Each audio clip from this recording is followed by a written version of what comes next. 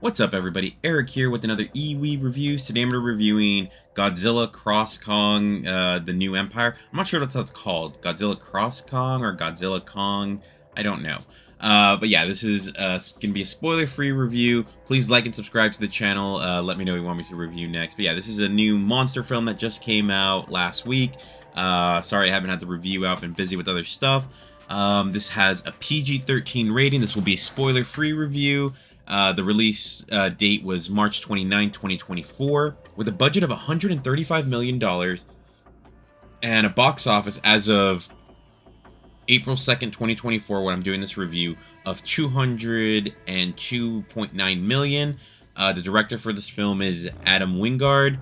The cast includes Rebecca Hall, Brian Tyree Henry, Dan Stevens, and Kaylee Hoddle.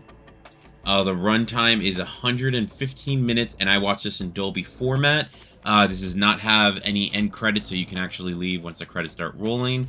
The basic plot is that two ancient titans, Godzilla and Kong, clash in an epic battle as humans unravel their intertwined origins and connection to Skull Island's mysteries. That's the basic plot. I didn't want to go into anything with any spoilers. So let's go into my thoughts, guys. And there's plenty of good and bad in this film, so we'll start off with the good. If you've seen the trailer, you probably noticed that Godzilla now has his back is pink, and it's like, whoa, where did that come from? Luckily, the movie does explain it, so I mean, I'm happy that they explained it, because I was going you guys have to explain why he looks so much different in this film, and they do that, so that's cool. The visuals in this film are pretty cool. You get to see plenty of giant monster fights, kaiju fighting, and a bunch that aren't just Godzilla and Kong. We get to see other ones as well, and I like the designs and things like that. If you see my reviews for Monarch, I was like, oh, whenever they brought in a new design for a monster, I was always really oh, cool, let's see what they got now. They did that in this film as well. That was pretty cool. And this movie has moments where they actually did let the CGI monsters, just as not having the humans narrate what's going on, say oh, that's how they're feeling. They just let the monsters do like they were out and about, and you could actually get a sense of their feelings. You didn't need someone to narrate what was going on. You can infer that based on their actions, and that was really cool, because I feel like they don't usually do that. And they did cut back on the number of humans in this film that were interacting with the main story. We didn't have as many as we had in other films. Millie Bobby Brown wasn't back, which I was kind of surprised at first. They didn't bring her back, but when I'm watching, I'm like, okay, you guys decided to do put less humans, let the monsters do more of their own stuff, and I was really happy about that.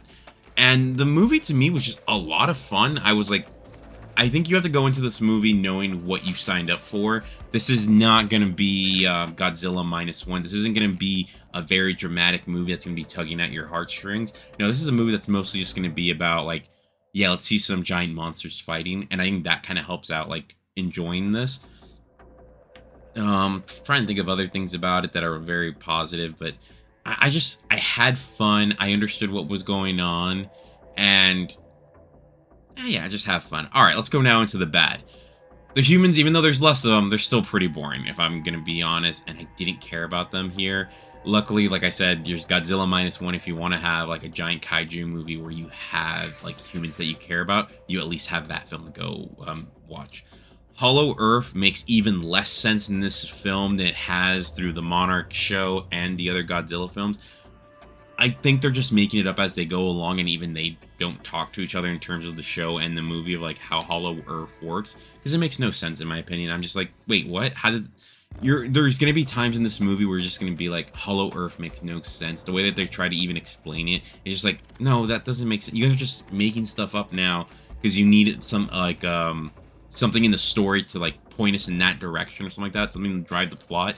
So you just give these weird things to Hollow Earth that make zero sense. And the ending left me wanting more of okay, what's next from this? Because it didn't really feel like there was anything that substantial from it, where it's just oh, excuse me. Did they just cut them? They'd be okay, let's just end the movie here. Let's not really talk about what happens because of this. Let's just go to the end. And it was okay, that it felt weird. Another thing is that the trailer gave way too much away, to the point where I got annoyed because I was oh, I wonder how this battle is going to take place, and it's well, I already know it has to go X place because of something I saw in the trailer that hasn't happened yet. And this is one of those movies where it's like, for sure they're not going to lead you off with a trailer. I know some other movies now do lead you off with a trailer, but this one, like, what you saw in the trailer was basically there.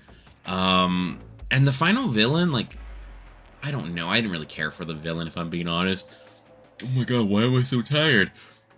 Like, I felt like the villain here just was boring, and it was just like, oh, that's the best you guys got. It's like, okay. It's like, you guys are making your villains worse and worse as you go along. It's like, should we really even, should any of us even care? And I feel like we're getting to that point where it's like, yeah, you guys don't make any compelling villains. Like, what's the point if you're gonna make these giant monsters, but like, they're not that much fun, really.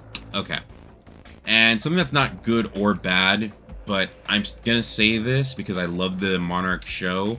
Not having the Monarch show affect the movies, the newer movies, and vice versa, because as of right now, I'm not really seeing that the Godzilla movies are really affecting the show. Like, other than 2014, it doesn't feel like they've affected that much.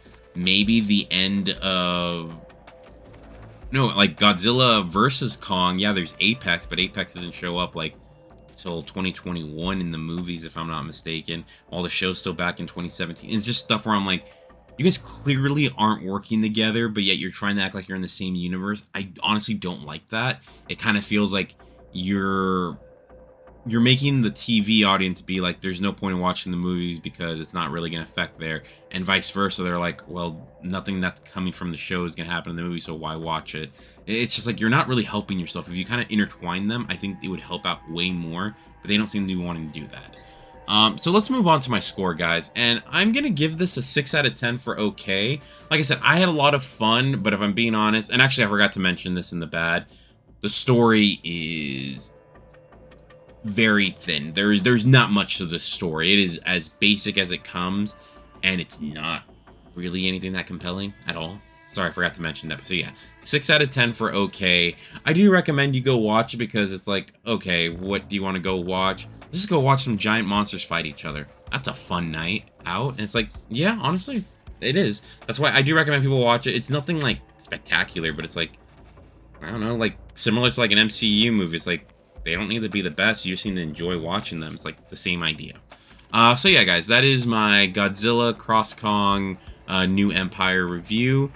My next review will be the Avatar one. I'm sorry it's taking so long to get that Avatar review out, but trust me, it's going to be worth it because I'm going to talk a lot of crap. So thank you for watching. Please like and subscribe to the channel. Let me know what you want me to review next, and I'll talk to you soon.